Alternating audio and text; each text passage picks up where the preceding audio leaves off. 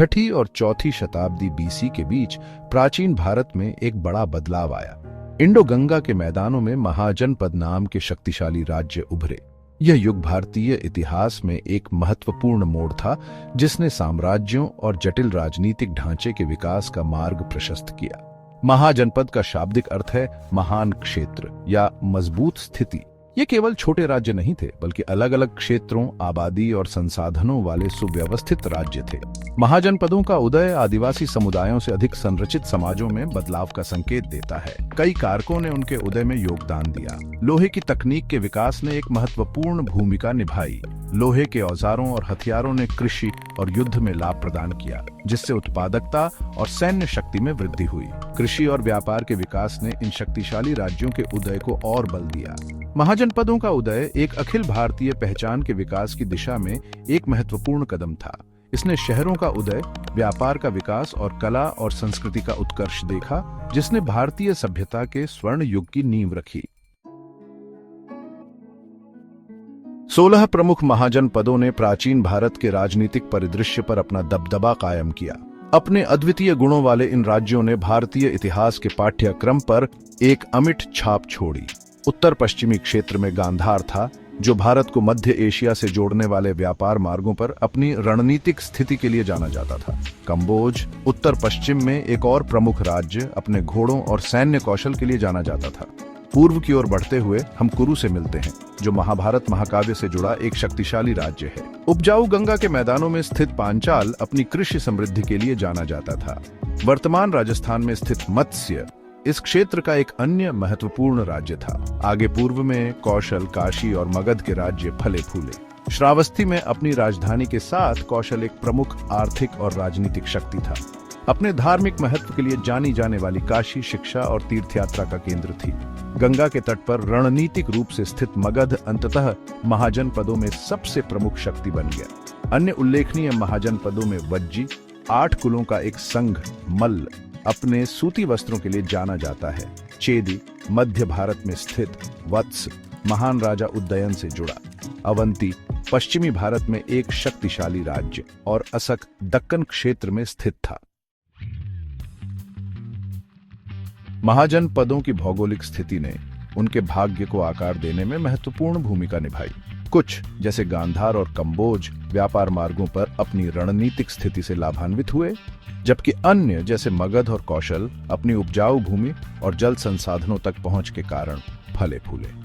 उत्तर पश्चिमी क्षेत्र में स्थित गांधार हिंदू कुश पहाड़ों से होकर गुजरने वाले दर्रों को नियंत्रित करता था, जिससे यह भारत और मध्य एशिया के बीच व्यापार का प्रवेश द्वार बन गया। इस रणनीतिक स्थान ने राज्य में समृद्धि लाई, लेकिन साथ ही इसे आक्रमणों के प्रति संवेदनशील भी बना दिया। दूसरी ओर मगध पूर्वी गंगा के मैदानों में एक रणनीतिक रूप से लाभप्रद स्थिति में था। गंगा और उसकी सहायक नदियों द्वारा सिंचित इसकी उपजाऊ भूमि ने इसे एक कृषि महाशक्ति बना दिया। यह क्षेत्र लौह अयस्क से भी समृद्ध था, जिसने मगध को सैन्य बढ़त प्रदान की। गंगा के मैदानों में स्थित कौशल, काशी और पांचाल जैसे राज्यों को उपजाऊ जलोढ़ मिट्टी और प्रचुर जल संसाधनों से लाभ हुआ, जिससे वे कृषि और व्यापार के केंद्र बन गए। उनके स्थान ने उत्तर भारत के विभिन्न हिस्सों के बीच संचार और संपर्क को भी सुगम बनाया। महाजनपदों की भौगोलिक विविधता ने विशिष्ट क्षेत्रीय पहचान के विकास में योगदान दिया।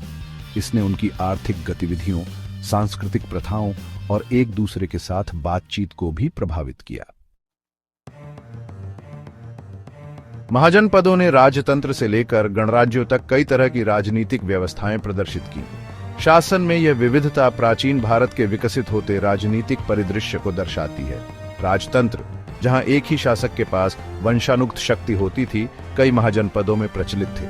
राजत्व एक महत्वपूर्ण संस्था थी और राजाओं से धर्म की रक्षा करने, अपनी प्रजा की रक्षा करने और कानून व्यवस्था बनाए रखने की अपेक्षा की जाती थी। इसके विपरीत कुछ महाजनपदों जैसे वज्जी और मल्ल ने सरकार के गणतांत्रिक रूपों को अपनाया। गण या संघ के रूप में जाने जाने वाले इन गणराज्यों पर निर्वाचित प्रतिनिधियों की सभाओं द्वारा शासन किया जाता था। इन सभाओं के पास काफी शक्ति थी, जो युद्ध, शांति और शासन के मामलों पर निर्णय लेती थी। राजतंत्रों के साथ गणराज्यों का अस्तित्व प्राचीन भारत में राजनीतिक प्रयोग और विविधता की एक डिग्री का सुझाव देता है। ये राजनीतिक प्रक्रिया में आम सहमति और भागीदारी के महत्व पर भी प्रकाश डालता है। महाजनपदों की राजनीतिक व्यवस्था, चाहे राजशाही हो या गणतंत्र, ने उनके आंतरिक गतिशीलता और पड़ोसी राज्यों के साथ उनके संबंधों को आकार देने में महत्वपूर्ण भूमिका निभाई। भाग 5, शक्ति और राजनीति, प्रमुख शासक और राजवंश।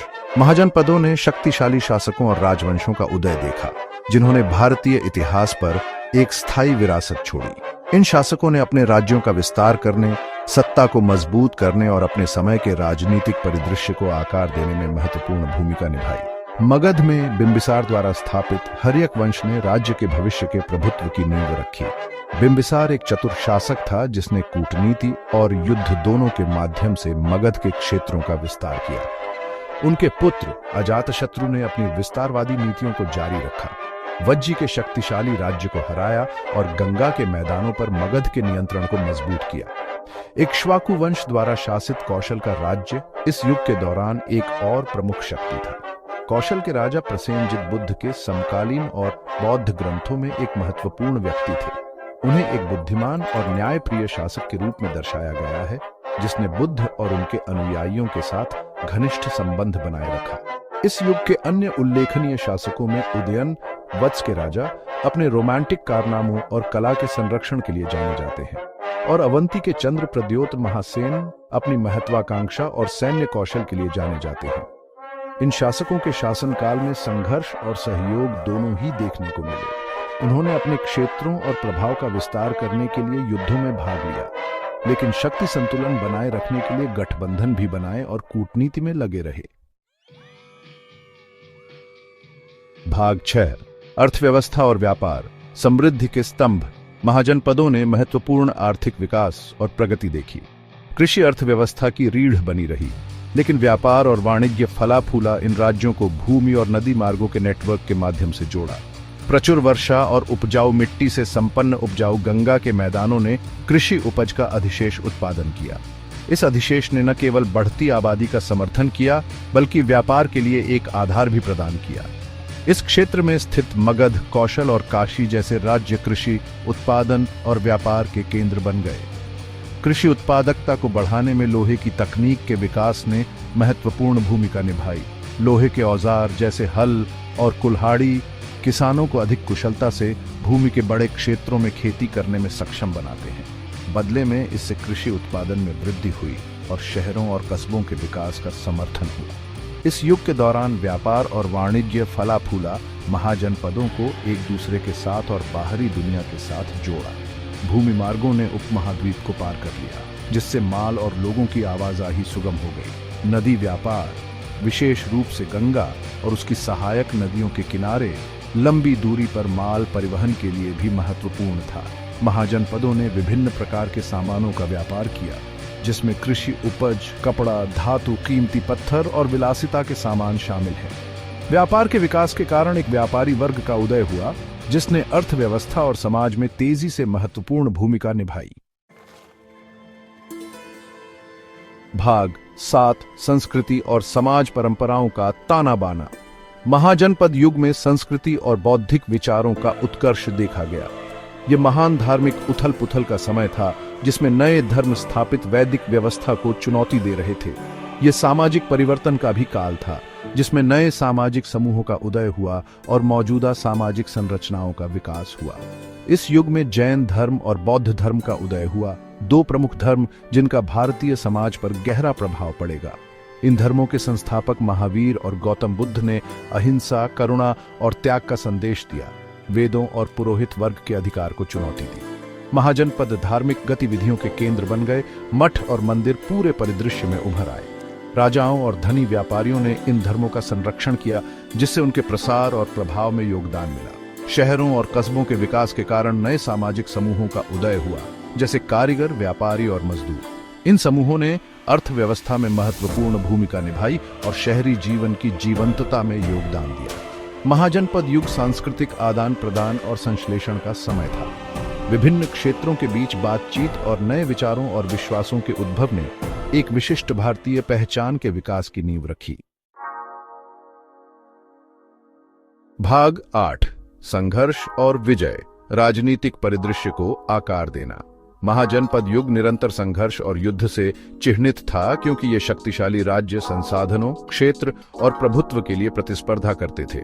इन संघर्षों ने प्राचीन भारत के राजनीतिक मानचित्र को आकार देने में महत्वपूर्ण भूमिका निभाई और अंततः प्रमुख शक्ति के रूप में मगध के उदय का नेतृत्व किया। इस युग के सबसे महत्वपूर्ण संघर्षों में से एक मगध और उसके पूर्वी पड़ोसी अंग के बीच संघर्ष था। महत्वाकांक्षी राजा बिंबिसार के अधीन मगध ने अपने क्षेत्रों का पूर्व की ओर विस्तार करने की मांग की, जिससे उसका अंग के साथ संघर्ष हुआ। एक लंबे संघर्ष के बाद बिंबिसार ने अंग पर विजय प्राप्त की, उसके क्षेत्र पर कब्जा कर लिया और पूर्व के व्यापार मार्गों पर उसके रणनीतिक स्थान पर नियंत्रण प्राप्त कर लिया। एक और बड़े संघर्ष में मगध और वज्जी संघ शामिल थे। वज्जी, गंगा के उत्तर में स्थित एक शक्तिशाली गणराज्य, ने मगध की महत्वाकांक्षाओं के लिए एक महत्वपूर्ण चुनौती पेश की। बिंबिसार के पुत्र अजातशत्रु ने वज्जियों को हराने के लिए सैन्य शक्ति और चालाक रणनीति के संयोजन का इस्तेमाल किया। अंत में एक लंबे युद्ध के बाद उन पर विजय प्राप्त की। इन संघर्षों के दूरगामी परिणाम हुए। अंग और वज्जी पर मगध की जीत ने उत्तर भारत में सबसे शक्तिशाली राज्य के रूप में उसके उदय का मार्ग प्रशस्त किया। इन राज्यों की विजय ने मगध को विशाल क्षेत्रों, प्रचुर संसाधनों और रणनीतिक व्यापार मार्गों पर नियंत्रण प्रदान किया, जिससे उसके भविष्य के शाही विस्तार की नींव पड़ी। भाग 9, पतन और विरासत। बीते युग की प्रतिध्वनि। अपनी शक्ति और समृद्धि के बावजूद महाजनपद अंततः गिर गए, जिससे बाद की शताब्दियों में साम्राज्यों के उदय का मार्ग प्रशस्त हुआ। कई कारकों ने उनके पतन में योगदान दिया, जिसमें आंतरिक संघर्ष, बाहरी दबाव और नए राजनीतिक संरचनाओं का उदय शामिल है। आंतरिक प्रतिद्वंद्विता और संसाधनों और क्षेत्र पर संघर्ष ने कई महाजनपदों को कमजोर कर दिया। इन राज्यों के बीच निरंतर युद्ध ने उनके संसाधनों को समाप्त कर दिया और अस्थिरता पैदा कर दी। इसने उन्हें बाहरी खतरों के प्रति संवेदनशील बना दिया और उनके अंतिम पतन का मार्ग प्रशस्त किया। मगध में नंदों और पश्चिम में मौर्यों जैसी नई शक्तियों के उदय ने महाजनपदों के पतन में और योगदान दिया। ये नई शक्तियां अपनी बड़ी सेनाओं और अधिक केंद्रीकृत प्रशासन के साथ मौजूदा राज्यों पर काबू पाने और उन्हें अवशोषित करने में सक्षम थी। अपने पतन के बावजूद महाजनपदों ने भारतीय इतिहास और संस्कृति पर एक स्थायी विरासत छोड़ी। उन्होंने साम्राज्यों और जटिल राजनीतिक प्रणालियों के विकास की नींव रखी। इस युग के दौरान हुए सामाजिक, आर्थिक और सांस्कृतिक परिवर्तनों का भारतीय सभ्यता के पाठ्यक्रम पर गहरा प्रभाव पड़ा। महाजनपद युग में कला, साहित्य और दर्शन का उत्कर्ष देखा गया। जैन धर्म और बौद्ध धर्म के उदय ने मौजूदा सामाजिक व्यवस्था को चुनौती दी और नए विचारों और विश्वासों को पेश किया, जो आने वाली सदियों तक भारतीय विचारों को आकार देंगे। इस युग के राजनीतिक नवाचारों, जिसमें सरकार के गणतांत्रिक रूपों का विकास शामिल है, ने बाद की पीढ़ियों के लिए बहुमूल्य सबक प्रदान किए। महाजनपद हालांकि लंबे समय से चले गए हैं, भारत की सांस्कृतिक स्मृति में गूंजते रहते हैं। उनकी कहानियां, जैसा कि प्राचीन ग्रंथों में वर्णित है और पुरातात्विक अवशेषों में संरक्षित हैं, भारतीय इतिहास में एक महत्वपूर्ण अवधि, महान परिवर्तन के समय की एक झलक पेश करती है, जिसने भारतीय सभ्यता के शास्त्रीय युग के लिए नींव रखी।